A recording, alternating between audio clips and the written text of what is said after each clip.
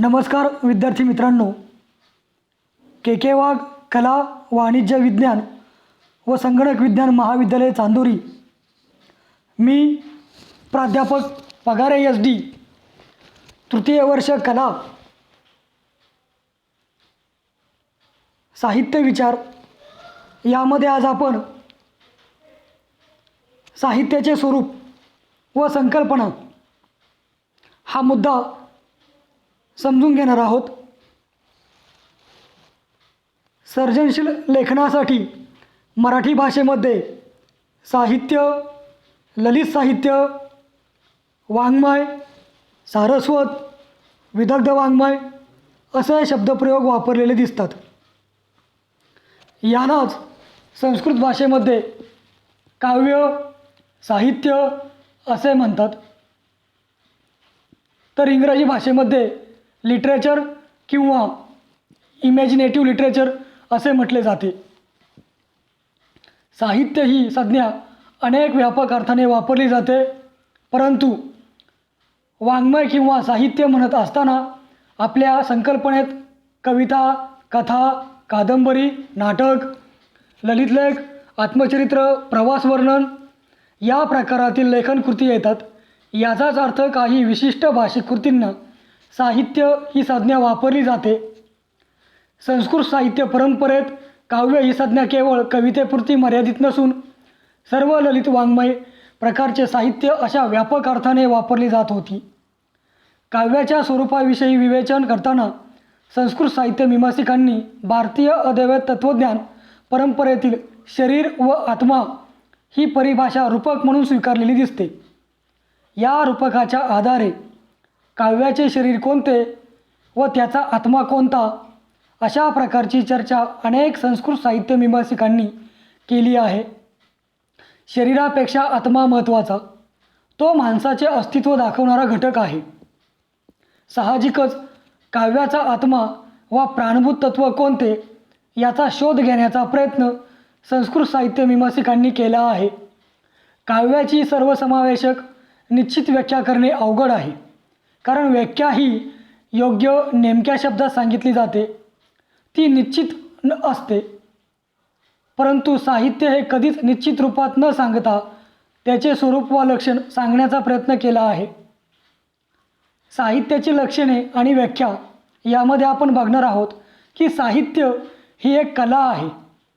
शब्द हे साहित्य कलेचे माध्यम आहे। प्रतिभावंत लेखक आपल्या जीवनाभूमीचे शब्दांद्वारे रेखाटन करतो तेव्हा साहित्य साकारते। मानवी जीवनातील सर्वच वाकव्यवहार शब्द व अर्थ यांच्याच माध्यमातून सिद्ध होतात, परंतु त्याला काही मर्यादा असते।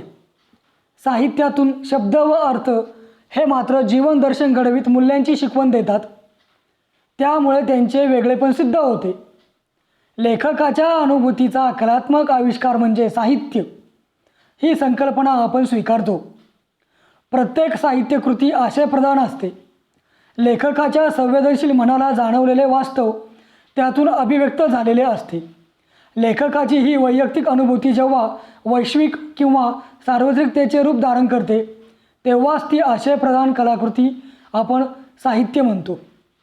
म्हणूनच प्राध्यापक DK बेडेकर यांनी कल्पनाप्राप्त जीवन प्रक्रियेची भाषाधिष्ठित बंदिश म्हणजे ललित वाङ्मयकृती होय असे म्हटले ते सार्थ वाटते।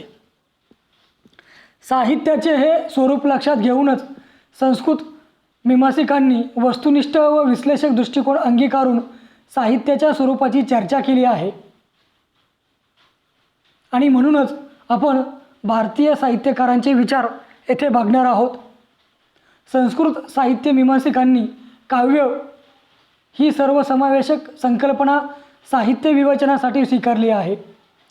काव्याच्या आत्मभूत तत्वांत त्यांना विविधता आढळली। प्रत्येकाने स्वतंत्रपणे काव्याचे आत्मभूत तत्व लक्षात घेऊन काव्याची व्याख्या देण्याचा प्रयत्न केला आहे।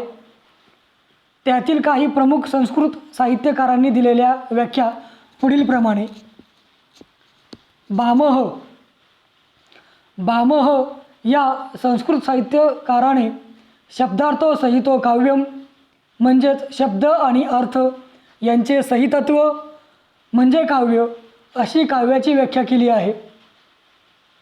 या व्याख्येद्वारे शब्द आणि अर्थ यांना त्याने महत्त्व दिले आहे. शब्द केवळ वस्तुवाचक नाही, तर तो मनातील भाव प्रकट करण्यास समर्थ असा शब्द आहे. आणि अर्थ हा वाच्यार्थ नसून तो रसरूप अर्थ आहे. भावार्थ व्यक्त करणारे शब्द म्हणजे काव्य असे त्याचे प्रतिपादन आहे. त्यानंतर रुद्रट या साहित्यकाराने जी व्याख्या केली आहे ती व्याख्या आपण इथे बघणार आहोत. भामहाच्या मताशी मिळतीजुळती व्याख्या रुद्रटाने देखील सांगितली आहे. ननु शब्दार्थो काव्यम, खरोखरच शब्द आणि अर्थ म्हणजे काव्य. हे शब्द सामान्य जनांचे नसून प्रतिभावंतांचे असतात आणि त्यांचे अर्थ रसप्रतीतीचा आनंद देतात. त्यानंतर पुढचा साहित्यकार येतो तो म्हणजे मम्मट. मम्मटाने जी व्याख्या केली आहे ती व्याख्या आपण इथे बघणार आहोत. मम्मटाचा काव्यप्रकाश हा ग्रंथ प्रसिद्ध आहे. त्यांनी साहित्याचे लक्षण सूचित करताना केवळ शब्दार्थांना महत्त्व न देता प्रथम त्यांचे ठिकाणी आवश्यक असलेल्या गुणांची चर्चा केली आहे. त्यामुळे साहित्याचे स्वरूप स्पष्ट झाले. तो म्हणतो तद आदर्शो शब्दार्थो सगुण अलंकृती पुनः क्वापी. काव्यप्रकाश हा मम्मटाचा प्रसिद्ध ग्रंथ आहे आणि या ग्रंथामध्ये ही व्याख्या आपणास दिसून येते. याचा अर्थ असा होतो दोषरहित, गुणयुक्त, स्फुट, अलंकाररहित शब्दार्थ म्हणजे काव्य होय. दोषरहित अशा रसांचा उत्कर्ष साधणाऱ्या गुणांनी युक्त अशी शब्दार्थ रचना म्हणजे काव्य असे मम्मटाने सूचित केले आहे. त्यानंतर जगन्नाथ याने जी व्याख्या केली आहे त्या व्याख्येचा देखील आपल्याला अभ्यास करायचा आहे. जगन्नाथाने रमणीय अर्थ प्रतिपादक शब्द काव्यम असे म्हणून रमणीय अर्थाचे प्रतिपादन करणारे शब्द म्हणजे काव्य असे मानले आहे. त्याच्या दृष्टीने काव्यातून प्रतीत होणारा अर्थ हा आनंददायी आणि रमणीय असावा. आणि त्यानंतर वामन या साहित्यकाराने जी व्याख्या केली आहे त्याही देखील व्याख्येचा आपण इथे अभ्यास करणार आहोत. शब्दाच्या अर्थाप्रमाणे विशिष्ट प्रकारची पदावली ही सुद्धा काव्यात महत्त्वाची असते. हे स्पष्ट करण्यासाठी रीतिरात्मा काव्यस्थ असे वामनाचे मत आहे. विशेष गुणयुक्त अशी पदरचना त्याला इथे अभिप्रेत आहे. तर ठीक आहे मित्रांनो, बाकीचा भाग आपण पुढच्या लेक्चरला बघू.